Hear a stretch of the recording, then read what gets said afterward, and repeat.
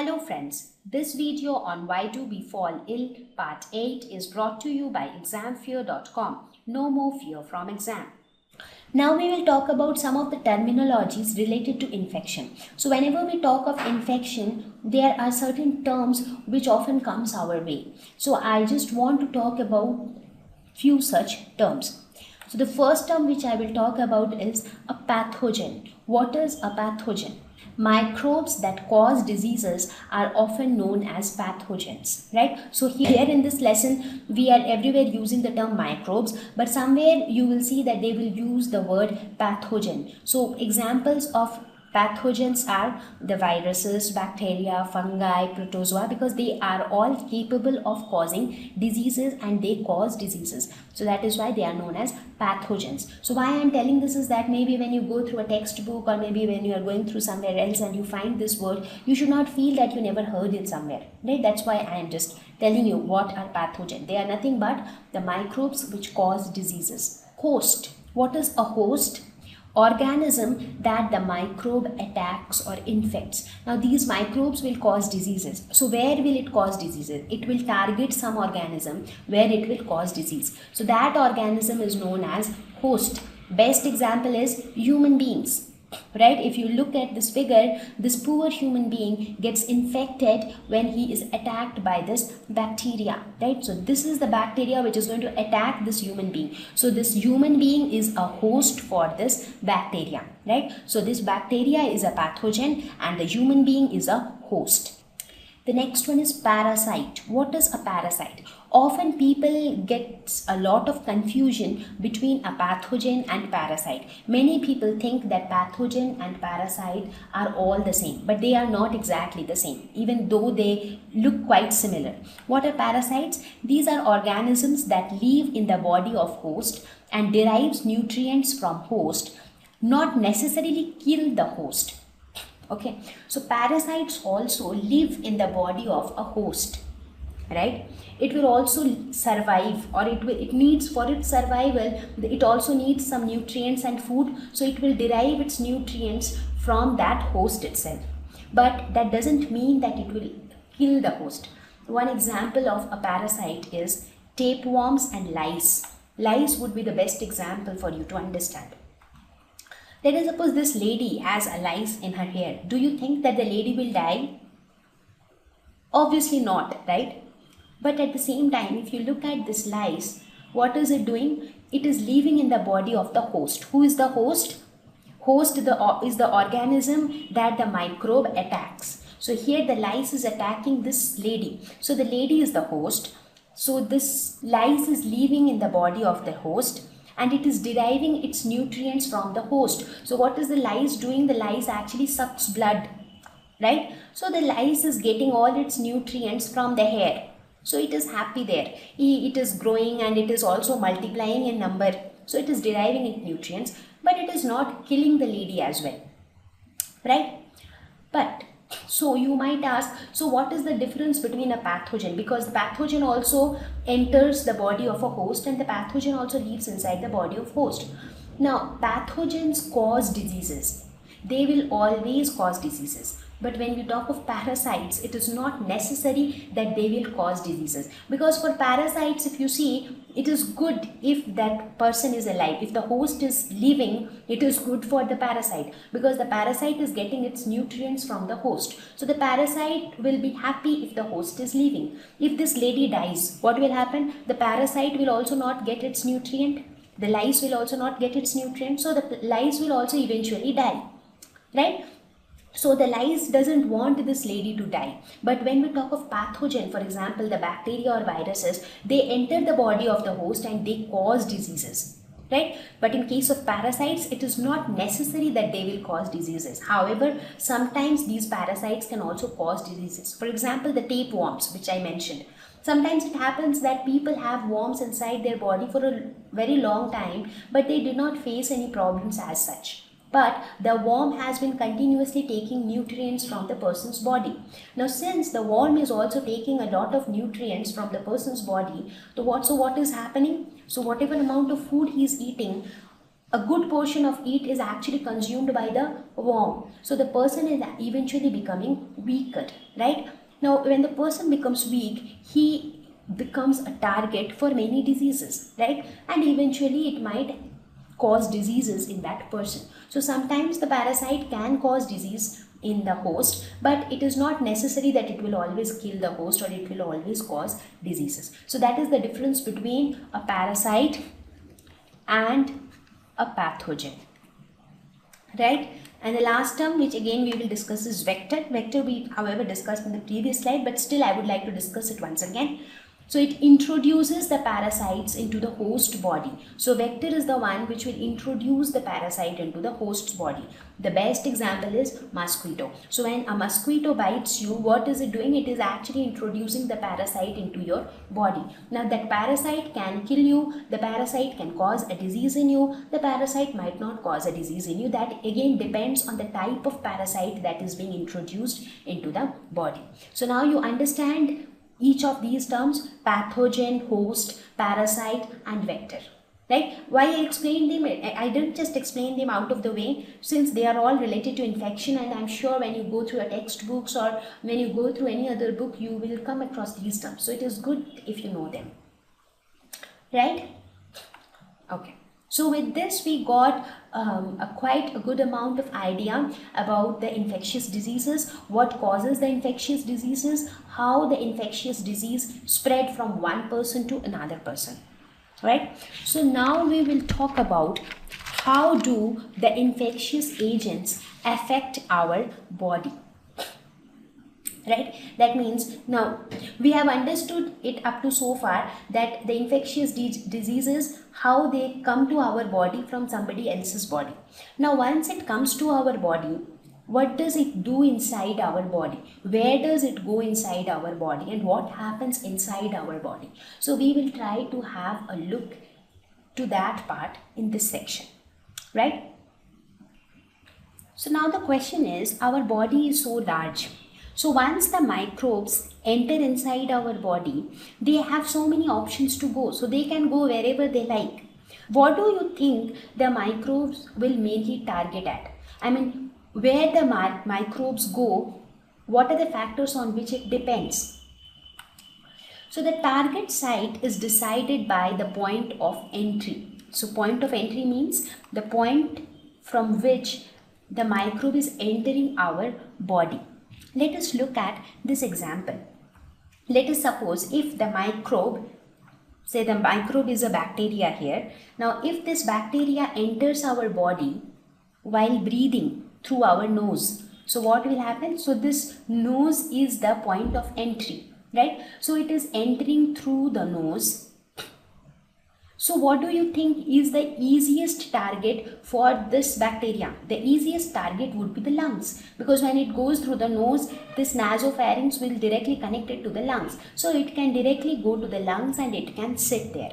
So the target organ in this case is lungs. Now when it hits the lungs, when the bacteria hits the lungs, it can cause many diseases. One of the example is tuberculosis. Tuberculosis is a disease which is caused by bacteria, and here the lungs are majorly affected.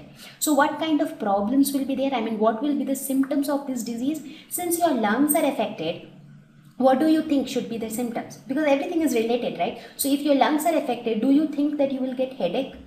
Or do you think that you will get loose motions? Because lungs doesn't do all those things, right? Lungs are involved in breathing. So maybe you will have breathing problems. You might have cough, right? Because all these things are related to the functioning of the lungs. So once your lungs are infected, so you might have breathing problems, you might have cough. So you might get a disease like tuberculosis also, right? Now let us suppose if the point of entry of the bacteria would have been different. Let us suppose that the bacteria entered through your mouth with your food or water. So here you can see this man is very happy eating a delicious food and drinking a glass of water. But maybe some bacteria is entering inside his body through the food. So what will happen if the bacteria enters through food? Which organ do you think will it target? Now there are two possibilities again here. So it can go and it can affect the gut lining of the intestine. What is the gut lining? That means the pipe which takes the food to the digestive. So maybe the microbe, when it enters, it will affect the digestive organs because it will affect the tube through which the food goes inside. Now when it affects the digestive tract, it can cause a disease like typhoid. Right? So in typhoid, you might get fever, you might have problems in digestion, right? So here you can see that even though you enjoyed a delicious food, but the bacteria entered and it reached your intestines, and then they are parting there, and as a result you are suffering. Or it might also happen that maybe some other microbe, for example say virus, if virus enters through your food and it goes to through the food pipe, where will it go? The virus often goes to the liver, and when the virus reaches the liver, it often causes jaundice. Right? So it all depends which microorganism is entering your body, from which point it is entering your body. So from whichever point it enters your body, it tries to target the nearest organ. If it is through nose, it targets lungs. If it is through mouth, it tries to target liver or stomach or intestine.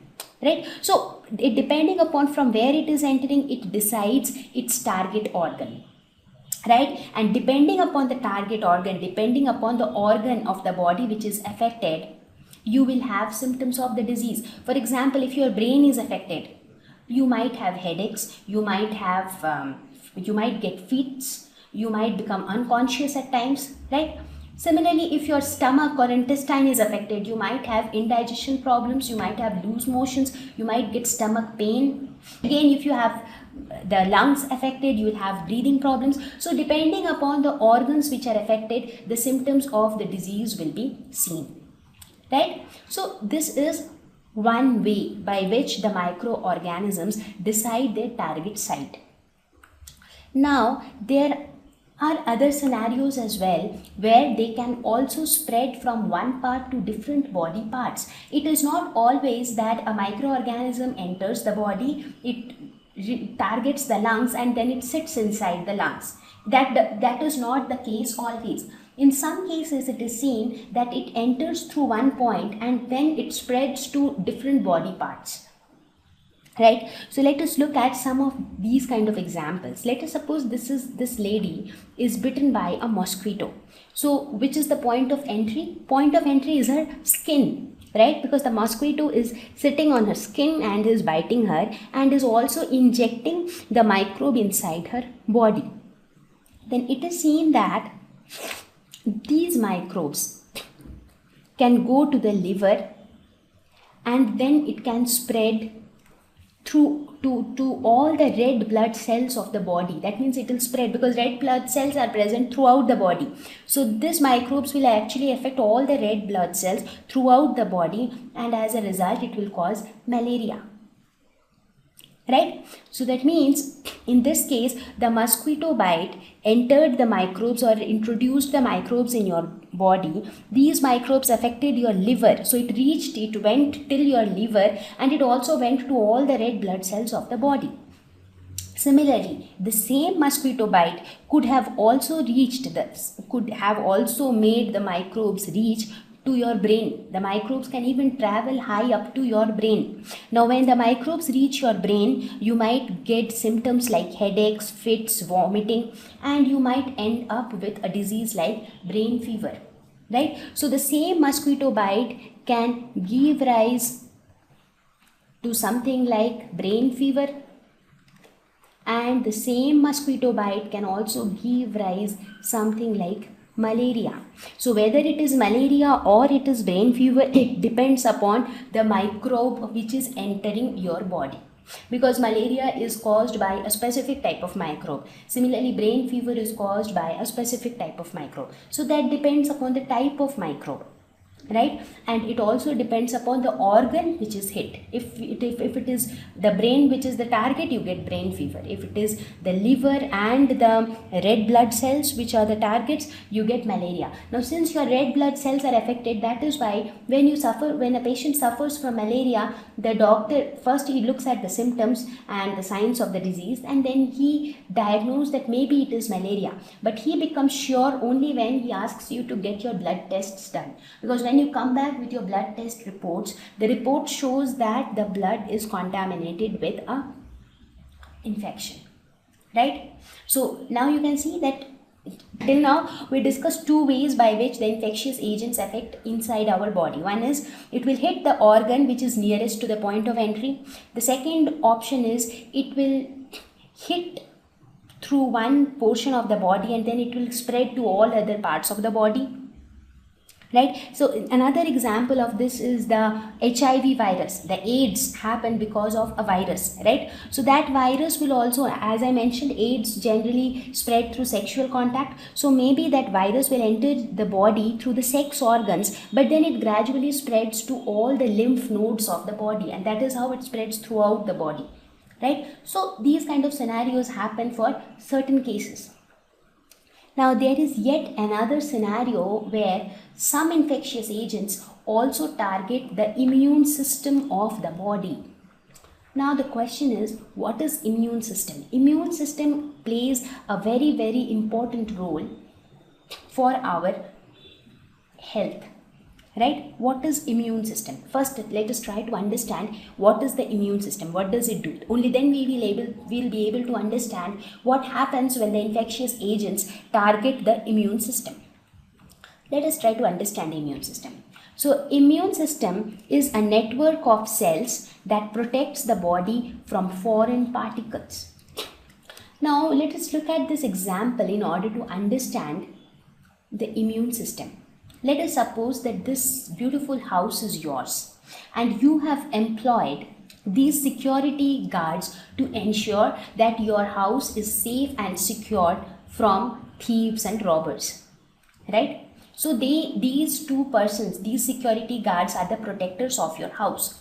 Now what do you think will happen when a thief tries to come near your house? When the thief tries to enter inside your house, these security guards will fight with the thief, correct?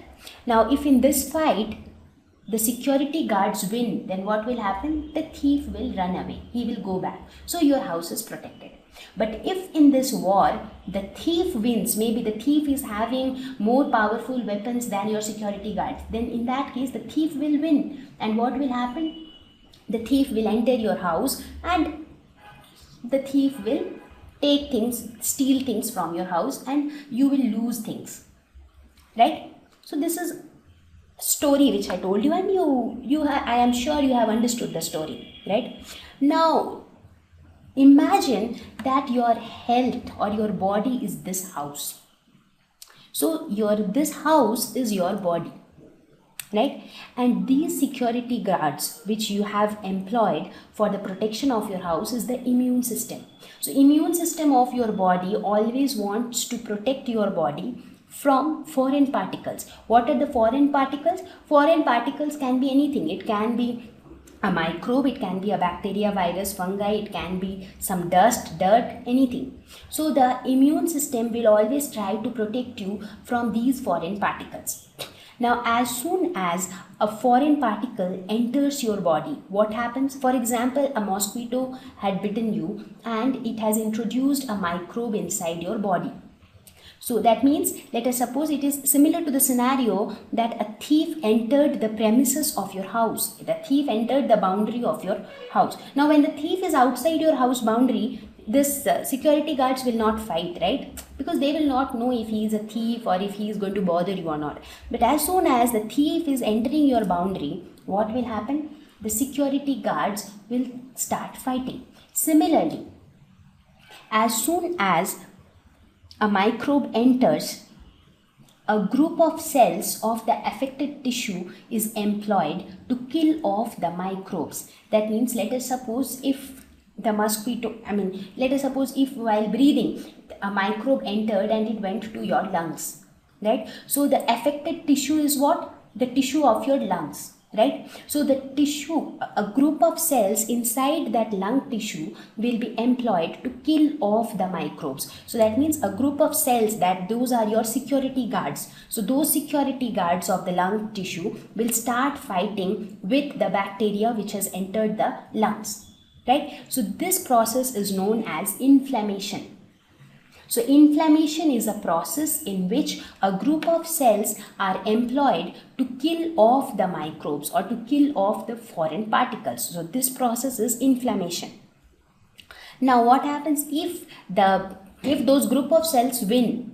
Then what happens? You do not suffer from any disease because the microbe is gone. But if the microbes win, if the group of cells are not strong enough to fight or to kill the microbes, in that case the microbes win and you suffer from a disease. Right? So this concept is clear. Now what happens as a result of this inflammation? There are few consequences of inflammation. Now whenever an infection enters your body, some cells start fighting off that infection. Now when this process of inflammation starts, the consequences are pain in that area, sometimes swelling in that area. You also tend to get slight fever. So these are some of the consequences of inflammation. That is why you would have seen that when you get hurt, let us suppose you got a small hurt. Now immediately when you get that hurt, it doesn't start paining immediately. It pains after a few seconds or after a few minutes. That's because as soon as you get hurt, it is like some external thing or some foreign particle has entered your body, right? Now what will happen? That particular tissues, cells will start fighting. As soon as they start fighting, you tend to feel pain or swelling or fever. So sometimes you would have seen that you feel pain, you take rest for some time or you wait for some time and the pain goes off and you do not suffer from anything. So that is the scenario where your immune system is winning the match, is winning the game, and therefore you are not suffering from any disease. But sometimes it happens that sometimes you get a slight stomach pain. With that stomach pain, you gradually get to know that you are actually suffering from a major disease.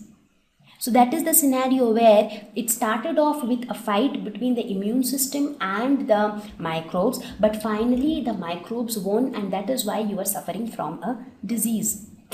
Right? So now you understand what is the immune system, what is the purpose of immune system. So it is very, very important that a person remains healthy. That is why when I was mentioning you an example, right, that a boy is suffering from cholera when he is drinking some unclean water, but why others are not suffering? Because maybe others are healthy enough and that boy is not very healthy. Not very healthy, I mean that maybe his immune system is not very strong. So if your immune system is very weak, you will become a target to most of the diseases, because every time any microbe or any foreign particle enters your body, your immune system will not be able to fight off or kill off that microbes. And in order to have a strong immune system, it is very, very necessary that you eat healthy, you lead a nice life, you have a balanced diet, proper sleep. So everything is needed in order to be healthy. If you are healthy and strong enough, you will have a good immune system to fight back diseases,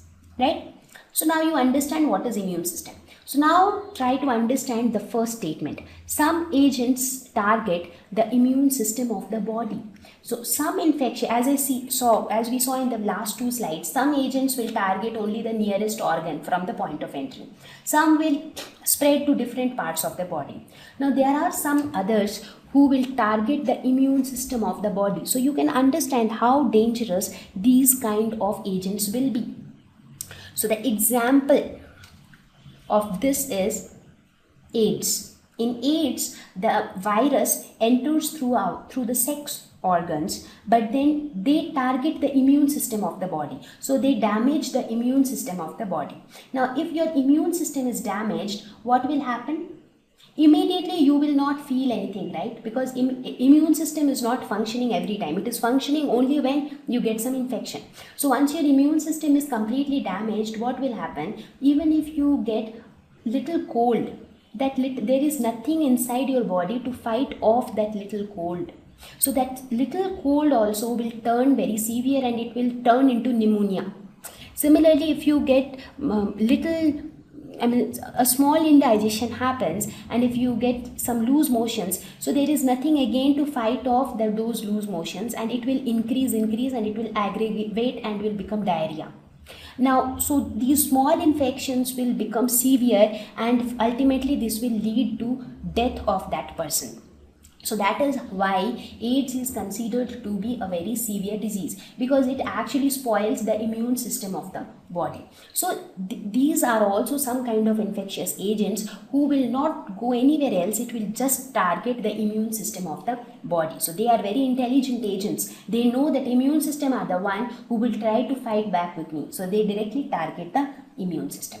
So these are some of the ways by which the infectious agents enter our body and then try to affect our body. Right?